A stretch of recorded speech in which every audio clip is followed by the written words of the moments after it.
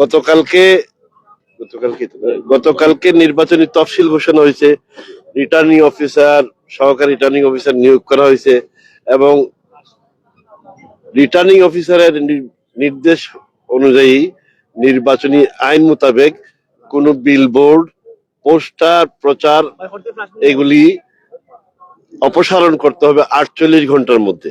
যেহেতু আমাদের বাংলাদেশ জাতীয়তাবাদী দল বিএনপি আইন মানে এবং একটি সুন্দর নির্বাচন চাই, এই জন্য আমরা আমাদের নিজস্ব নেতৃবৃন্দের তত্ত্বাবধানেই ছাতক এবং দোয়ারা বাজারে যত বিলবোর্ড, ব্যানার, পোস্টার লাগানো হয়েছিল এগুলো আমরা নির্ধারিত সময়ের মধ্যেই অপসারণ করে সুন্দর নির্বাচনের জন্য আমরা আগাম বার্তা দিতে চাই। সুন্দর সুষ্ঠু একটা নির্বাচন চাই, যে নির্বাচনে অবাধে জনগণ তার পছন্দের প্রার্থীকে ভোট দিয়ে সরকার গঠন করতে পারবে।